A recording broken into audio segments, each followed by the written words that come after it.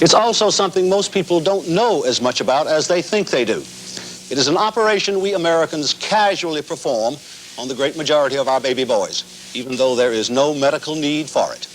But in the United States, medical circumcisions also are performed routinely on about 85% of all male infants born each year. Last year, about 1.5 million baby boys. Performed routinely, even though the prestigious American Academy of Pediatrics has declared there is no absolute medical indication for routine circumcision of the newborn. No medical reason at all. The United States is the only country in the world today in which this is done.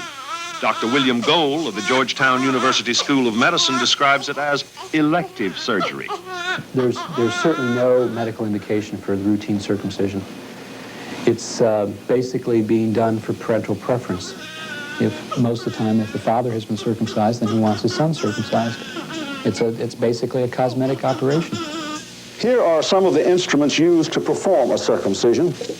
There are a lot of myths about the purported medical benefits of this operation, myths based on guesswork, old wives' tales, and an appalling lack of research and statistics. For the record, new medical evidence indicates that circumcision does not prevent penile cancer in males or cervical cancer in their wives. It has no effect on venereal disease, and it's not necessary for male personal hygiene.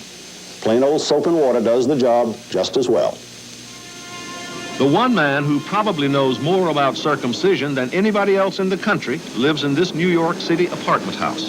The practice began about 1870 in the United States on a very small scale for the purpose of trying to prevent or cure masturbation, which was then believed to cause a wide array of diseases.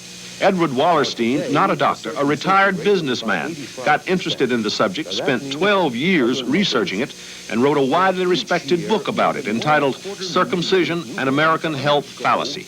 Painful penal surgery without anesthesia. If the American practice is correct, why is it that this practice is rejected by France, England, Norway, Sweden, Denmark, Finland, Iceland, England, Japan, and dozens of other countries? It's really not necessary to pull out your teeth to stop them from being decayed, and it's not necessary to cut off that very sensitive, delicate piece of foreskin. What about advised consent? Do most OBs and pediatricians really inform parents to be adequately about all of this? A lot of babies are circumcised just routinely with no informed consent at all from parents. There's a brief explanation of the circumcision with very little explanation of the risks involved, very little explanation of the possible benefits of non-circumcision. In Atlanta, the circumcision rate is probably as high as in any other city, but Dr. David Grimes of the Emory University School of Medicine says it's a waste of money. My estimate is that in the United States, each year circumcision costs about $50 to $100 million per year, which over a decade amounts to a substantial sum of money to trim Hundreds of millions. Well, we're talking about $500 million a decade to trim foreskins. And I gather you think that money could be put to better use medically. Exactly. If we took these thousands of personnel hours and millions of dollars and applied them to other programs of demonstrated value, for example, immunization of children, vast benefits would accrue. Opposition to routine medical circumcision is spreading rapidly throughout the nation. One of the country's most active opponents lives here, in this beautiful, unlikely spot, rural Washington State, near the city of Bellingham. Mrs. Rosemary Weiner is a childbirth instructor who concluded that the operation is painful and unnecessary only after her 3 sons had all been circumcised. Since then, her research and her writing on the subject have placed her in touch with hundreds of people, including many doctors. I began still basically neutral about it. I imagined that circumcision had a lot of benefits. This is what American middle-class people have been led to believe, that it's supposedly it's cleaner and it's healthier, and so I was basically neutral. My only concern was that it was painful for the baby. As a result of the research that I've done, all the things I've found out, I've come out against it. Well, based on your experience from the mail you're getting, it would seem that many obstetricians and pediatricians are ignorant on this subject.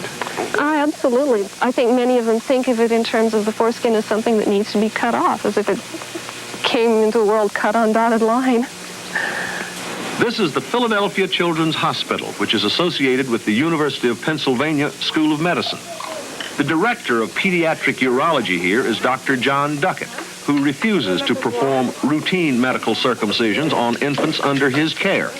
Dr. Duckett also says too many mothers do not know how to provide proper hygienic care for their uncircumcised baby boys. I would really like to get across the message to mothers that choose to have their children uncircumcised, that they do have to do anything to it. They wash the baby and they wash the child just like you do anybody else, any other parts of the body, and you do not need to retract the foreskin and clean under it.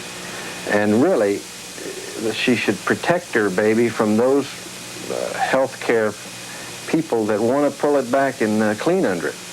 That's one of the hardest things to get across today, because the doctors in the country are just not used to taking care of uncircumcised penises. When American doctors decided that there was no medical reason to take tonsils out, they just simply stopped taking tonsils out routinely. Now American doctors say there is no need for routine circumcision. Why don't they just stop circumcising? The subject is so overladen with these overtones of social and cultural and sexual and religious factors that they are afraid to touch it. And physicians will say, well, we'll be neutral. We'll let the parents decide. And that's a cop-out. A cop-out. That's a stern indictment. But if there is one thing our look at this subject proves, it is that doctors do not do a very good job of explaining the facts of circumcision to parents. You cannot remove normal, healthy, sexually functioning tissue without interfering with normal, healthy sexual functioning, and that's true for both the male and the female alike.